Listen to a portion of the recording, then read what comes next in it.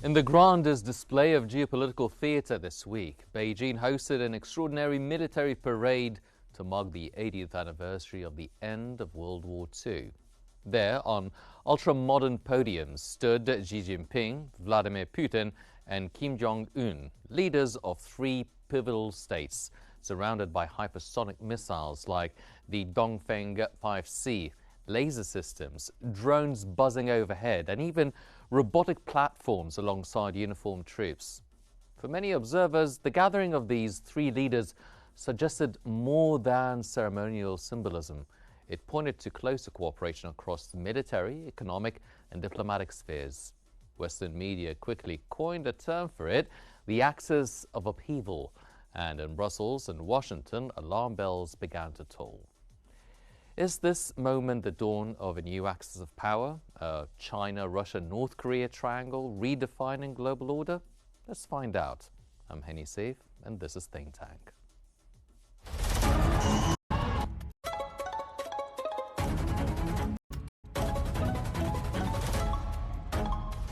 Our world is becoming unhinged.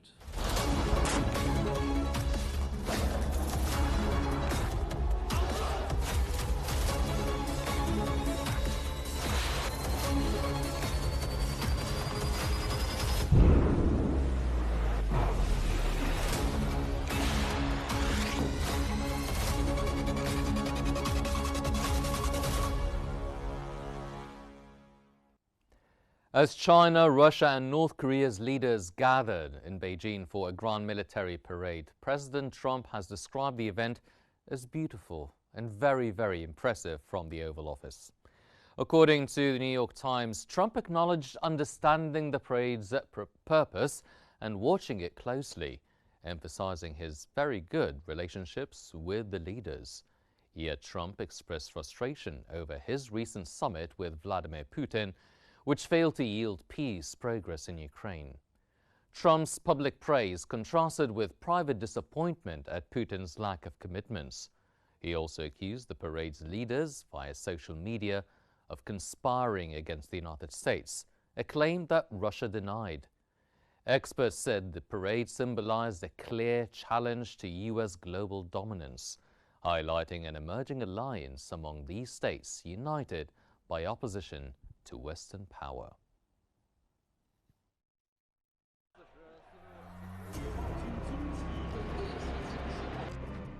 Amid refined scenario and calculated symbolism, Beijing's largest ever military parade on September 3, 2025, presented a carefully staged display of strength. President Xi Jinping, flanked by Russian leader Vladimir Putin and North Korean ruler Kim Jong-un, making his first visit to China in 6 years, oversaw a dramatic presentation of new generation weaponry, declaring China's growing military sophistication within its redesigned nuclear triad.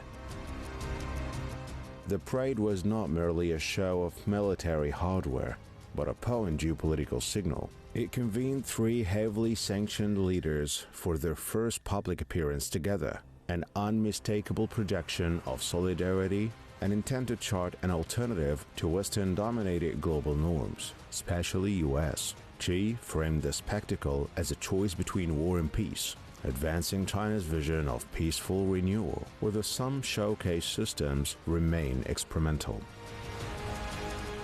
Western reactions were swift. President Donald Trump mocked the gathering via social media and warned of conspiracies, while observers in Europe and the United States construed the event as a challenge to the existing order, raising questions about the stability of global security frameworks long anchored by NATO and U.S. partnerships.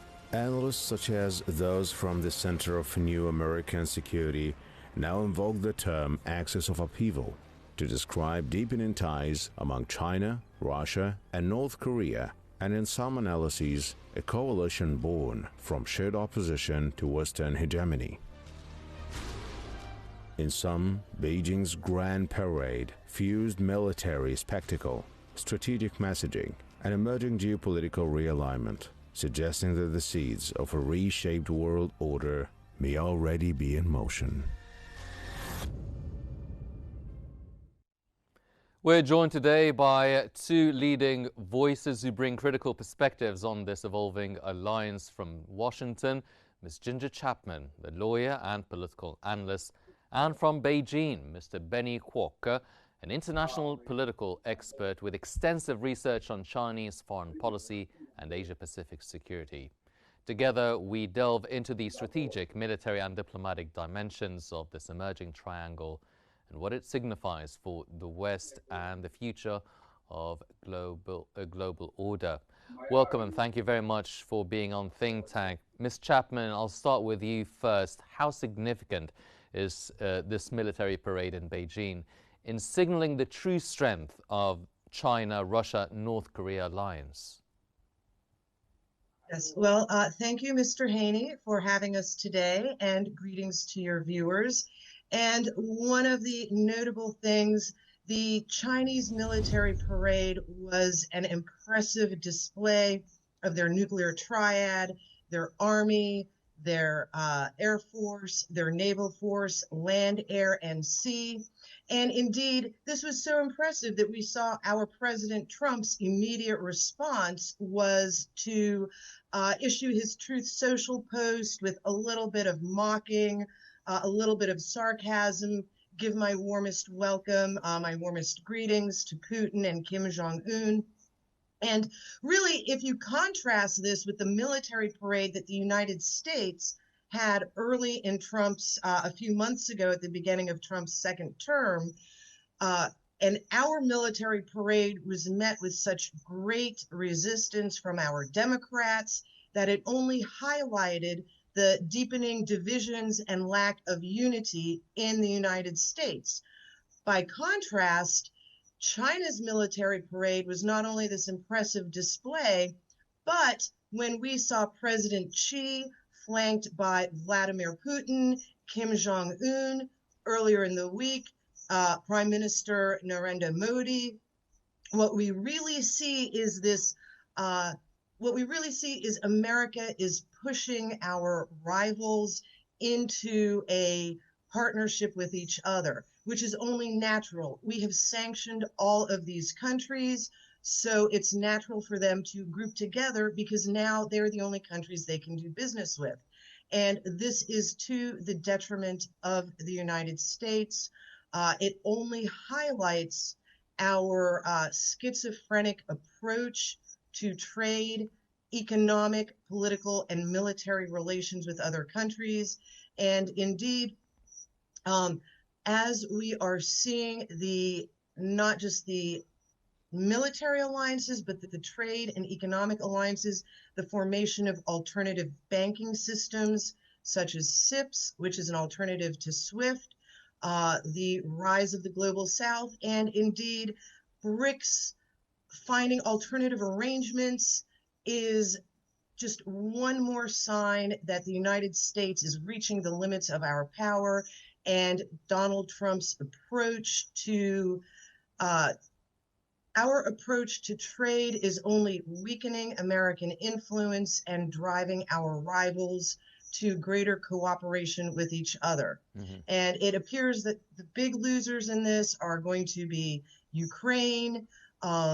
And additionally, as we are seeing, this Shanghai Cooperation Organization Summit in China signals the change in many different arenas, not just economic and not just military, but even the nature of trade. We're moving away from the United States and England-dominated maritime trade towards China, Iran, Russia, India. They are reconstructing old land trade corridors, the North-South corridor from China, Iran, Russia. That is now in operation. We are seeing pipelines being developed across Central Asia, Southeast Asia from Russia. So this is going to change the global energy distribution and global energy structure at a time that the global South and the Asian economies are growing. Russia, China, they are seeing 4% growth, contrast with the European economies that are seeing 1% growth. 0.5% growth. So basically, the summit in China signals a giant pivot from the West to the East, where innovation, economic trade, political and military security that is where everything is now happening. Yes. Well, Mr. Kwok, what do you think? Do Chinese policymakers see this as a formal strategic alignment or more of a flexible interest-based cooperation? Okay, hello, thank you for inviting me. So I would say in the short term, you may argue that China is exploiting Donald Trump unilateralisms on to the other parts of the world, that is charging the very high tariff, exploiting the breaking alliance between the Europe and the US. Yes, that's a very short term.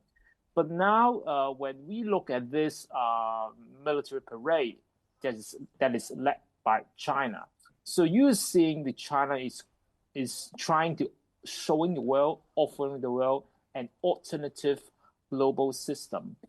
Why China could do so? It is not just because of the Donald Trump. It is because of the West just allowing China to get into the global system since the 1990s. And the West assume China is getting to be democratic in future. But it turns on China is developing another way of system, that is a state-led economy. And China is not just instead of immersing getting into the West-led global economic and political system. And China is building another system, just try to bypass all the frameworks, bypass all the assumptions that are assumed by the West. Instead of China is now uniting the global South, uniting the Russia, uniting its geopolitical allies to try to form another, I would say, alliance to try to combat with influence from the West. That is and also the values of the human rights, the democracy, and other else. But this time, the parade is the formal, not just a protest, it's a formal showing the U.S. and even the West as a whole that China is going to project another global that trying to not just rejecting all the values from the West and even welcoming other parts of the world that is not unsatisfied with the approach from the U.S. and the Europe and other Western countries. That all the Africa, Latin America, if you are not happy with the West, then you may join us. Mm-hmm. And I would say this military parade can reach such of the meaning. Ms. Chapman, how do you read the American reaction? How do you interpret President Trump's skeptical response to this alliance, especially his claim that China needs us? Yes, well, first, your other guest makes an excellent point that China not only was sending a signal about its military modernization, but also presenting itself as a stable alternative to the American-dominated, America-based rules, basically our rules-based world order, which has not really been rules-based. It's been might makes right, whatever the United States can get away with militarily. And President Trump's response, it does smell a little bit like there is bitterness, there's a little bit of jealousy, and certainly on the part of President Trump, there appears to be some confusion as to why our strategy or our tactics are not working. And I've said before, we do not really have a strategy. We don't have an economic or military strategy. President Trump is very reactive. He seems to think that he can accomplish things by his instincts, his charisma, the force of his personality. However, this does not lay a good groundwork for American interests, and it also leaves any successive president with no foundation for future work. So Trump is taking a very short-sighted approach. He's very reactionary, and indeed his comments do not appear to appreciate the significance of this global shift of trade, and essentially because we like to think that we are maneuvering very large energy deals in the Middle East with Qatar and with Saudi Arabia.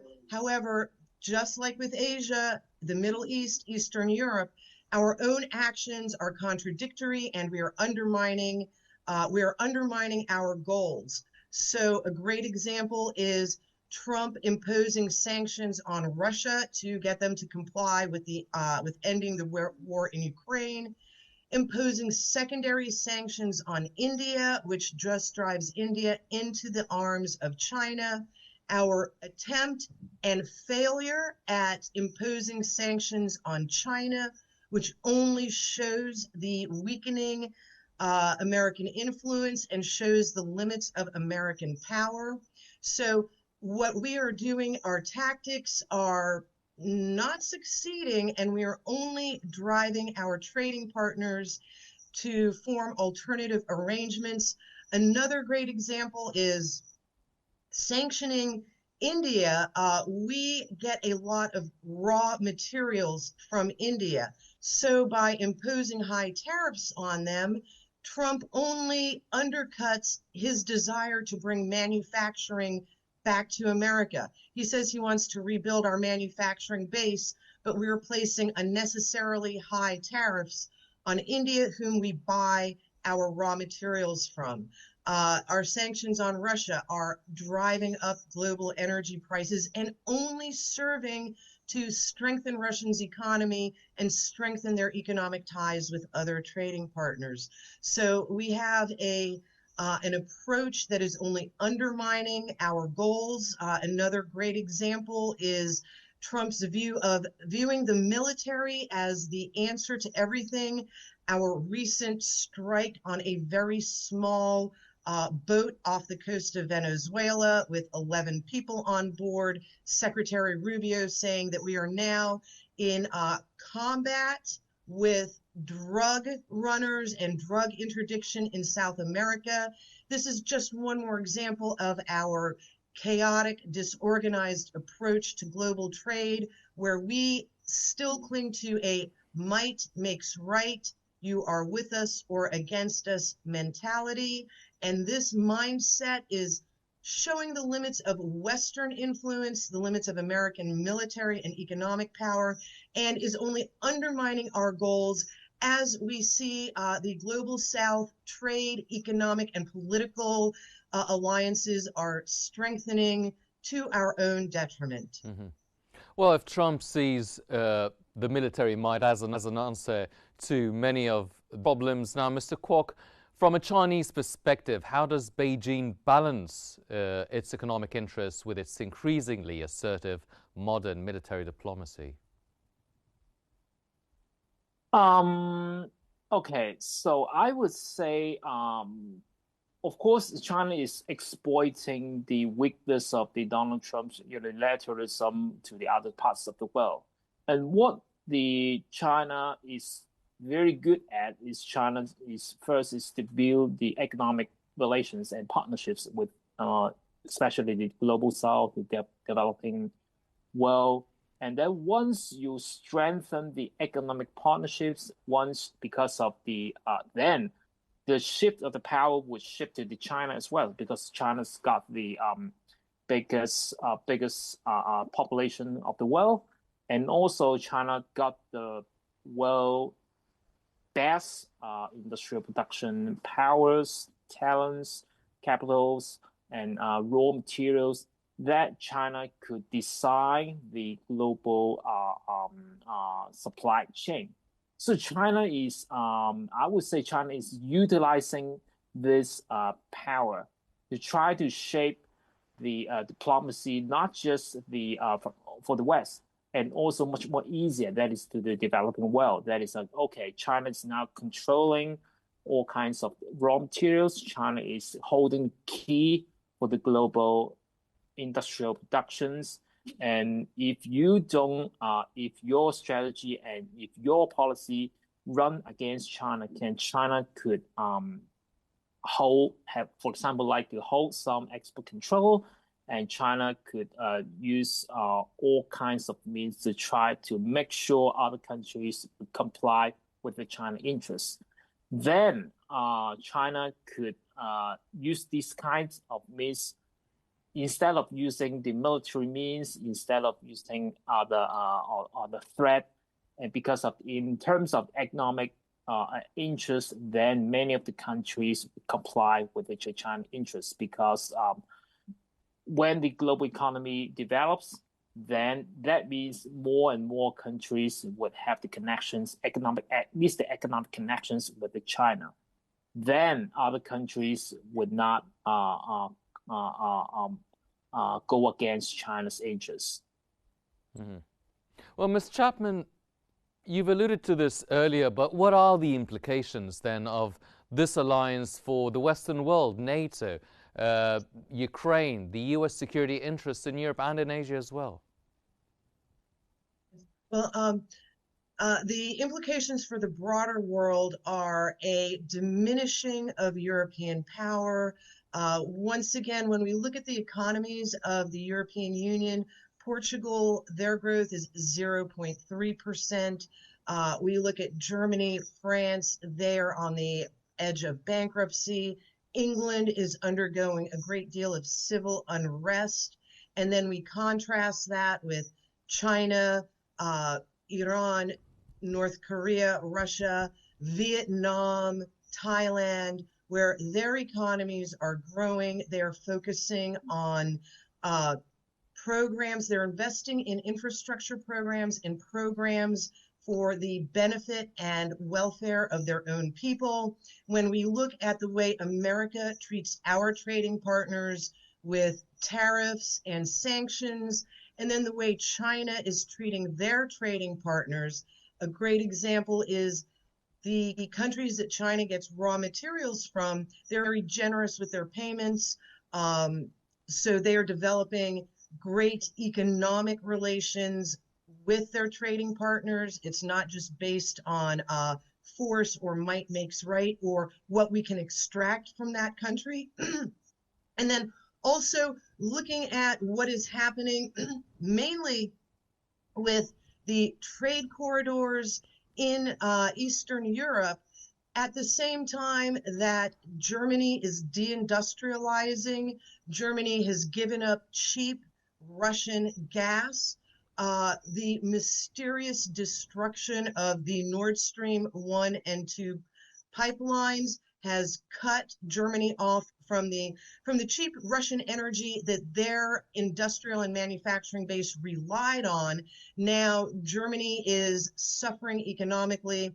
They're deindustrializing. Their manufacturing base is slipping. America is trying to attract the European business that they can no longer afford to carry out because costs are so high there. Yes. And at the same time, once again, we're seeing trade relations and military alliances form with China, Russia. China is investing a great deal now into their Belt and Road Initiative. This has the potential for a global trade network that will rival anything that the Western countries have now. And the result of this is what we're seeing now, essentially a pivot from the Western economies to the Eastern economies. And once again, the big three, the E3, Germany, France, England, they are still clinging to trying to fight their war in Russia, yes, trying to keep NATO together, and the world is moving on. The world is rapidly changing. Well, then, from an economic and trade perspective, Mr. Kwok, how do organizations like BRICS and the Shanghai Cooperation Organization serve as platforms for this alliance strategy? I would say okay, in the beginning period of the SCO, the Shanghai Cooperation Organization, it is just, I would say, a Eurasian regional framework for China, Russia, and other Central Asian countries to have have a platform to cooperate for the matters of the counterterrorism, for some economic and diplomatic partnership as well. But now China is using all kinds of so-called pro-China or China-led framework, such as the SCO, such as the BRICS, and China is utilizing these all kinds of so-called China-led global framework to project itself as the leader and also the rule writer, to show that, okay, China is having another system of another rule of the global system. So I would say, whatever, maybe in the next year or the year after next year, China would create another kinds of maybe ABC, DEF, and other names of the platform. It doesn't matter. The true principle for these all kinds of methods, for the SCO, for the BRICS as well, is China is using all these platforms, no matter it's giving the loans, giving the maybe the grants for helping the developing countries, for the members of the so all kinds of framework to support the economy. So I would say China is I would say showing itself, okay, instead of not just the US is projecting itself as the rule-based leader, China and US is abiding to the rule and order, and China itself is also abiding the rule and order. China have the power to create another system that is to be respectful for the members of such framework, in contrast with Donald Trump's United States for its unilateral way that is treating badly for the members and its allies, and China is doing the good thing.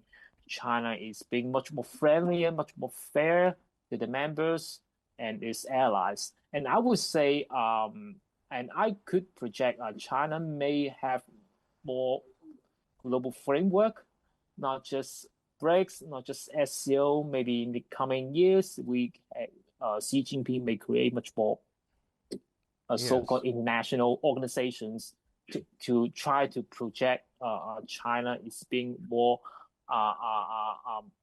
respectful to the world as well. Ms. Chapman, we are running out of time, so in less than a minute, how do you see North Korea as a fully integrated partner in this triangle, or more of a tactical ally? At this point, North Korea seems more of a tactical ally. It is unclear what they can bring to the table. However, they are very important. Early in the Ukrainian war, when everyone expected Russia to escalate, and they laterally escalated by providing intercontinental ballistic missiles to North Korea, this was a complete surprise. It brought North Korea in as a player that could reach the United States. So North Korea can be a stealth player. There's a lot of mystery and surprises left there. However, one thing that's very significant, that press conference where President Putin and Prime Minister Modi were talking not just about their friendship and the positive relationship, but how it would not just be good for India and Russia, but beneficial for the entire world. This is a market shift. This is what we're seeing, where these relations are presented as a positive alternative to the world than the America-based order.